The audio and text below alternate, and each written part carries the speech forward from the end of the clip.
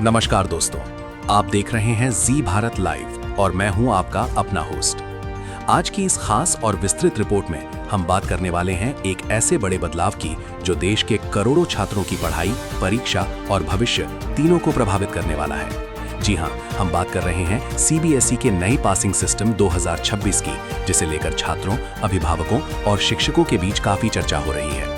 दोस्तों, अगर आप 10वीं या 12वीं के छात्र हैं या आपके घर में कोई बच्चा बोर्ड परीक्षा की तैयारी कर रहा है, तो ये वीडियो आपके लिए बेहद जरूरी है, क्योंकि आज हम इस नए सिस्टम को पूरी गहराई से समझेंगे। क्या बदला है, क्यों बदला है और इसका असर आपके भविष्य पर कैसे पड़ेगा। सबसे पहले बात करते हैं पुराने सिस्टम की। अब तक सीबीएसई बोर्ड की परीक्षा का पैटर्न ऐसा था कि पूरे साल की मेहनत सिर्फ एक फाइनल एग्जाम पर निर्भर करती थी।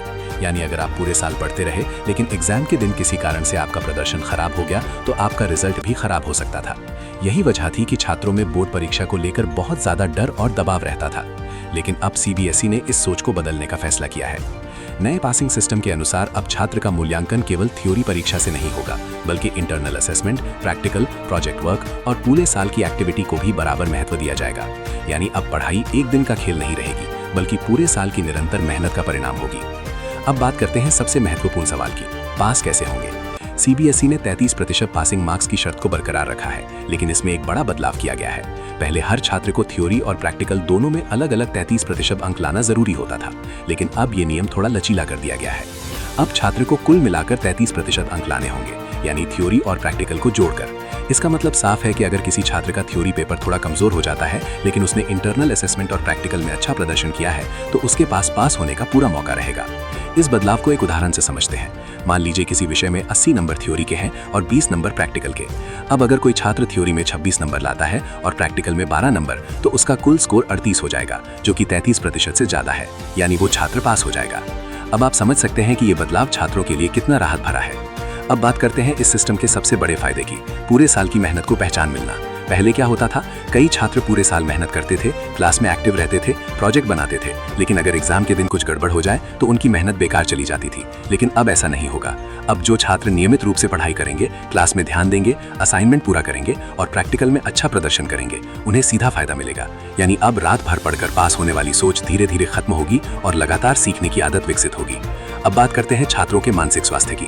दोस्तों, ये एक बहुत ही गंभीर मुद्दा है। हर साल बोर्ड परीक्षा के दौरान लाखों छात्र तनाव, डर और चिंता का सामना करते हैं। कई बार ये दबाव इतना ज्यादा हो जाता है कि बच्चे मानसिक रूप से टूट जाते हैं। सीबीएसई का ये नया कदम इसी समस्या को कम करने की दिशा में उठाया गया है। जब छात्रों को ये भरोसा होगा कि उनका पूरा साल मायने रखता है, तो वे एक दिन के एग्जाम से इतना डरेंगे नहीं। इससे उनका आत्मविश्वास बढ़ेगा, पढ़ाई में रुचि बढ़ेगी और वे बेहतर प्रदर्शन कर पाएंगे। अब बात करते हैं कंपार्टमेंट और सुधार परीक्षा की। अगर कोई छात्र 1 या 2 विषयों में पास नहीं हो पाता, तो सीबीएसई ने उसके लिए भी प्रक्रिया को आसान बना दिया गया है। अब कंपार्टमेंट परीक्षा को ज्यादा सरल और छात्र हितैषी बनाया जाएगा। छात्रों को जल्दी मौका मिलेगा और प्रक्रिया भी कम जटिल होगी।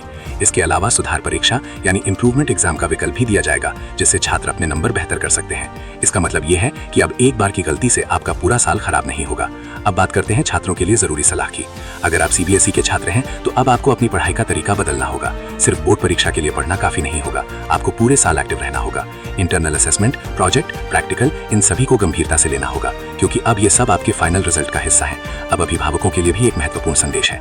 माता पिता को चाहिए कि वे बच्चों पर अनावश्यक दबाव न डालें, उन्हें समझें, उनका साथ दें और उनकी मेहनत की सराहना करें। हर बच्चे की क्षमता अलग होती है, इसलिए तुलना करने से बचें और उन्हें प्रोत्साहित करें। अब बात करते हैं एक जरूरी चेतावनी की। सोशल मीडिया पर कई बार गलत जानकारी तेजी से फैलती है, इसलिए किसी भी नई अपडेट या नियम के लिए केवल आधिकारिक स्रोत पर ही भरोसा करें। सीबीएसई ने यह भी कहा है कि इन बदलावों को धीरे धीरे लागू किया जाएगा, ताकि स्कूल, शिक्षक और छात्र सभी इस नई प्रणाली के अनुसार खुद को तैयार कर सकें।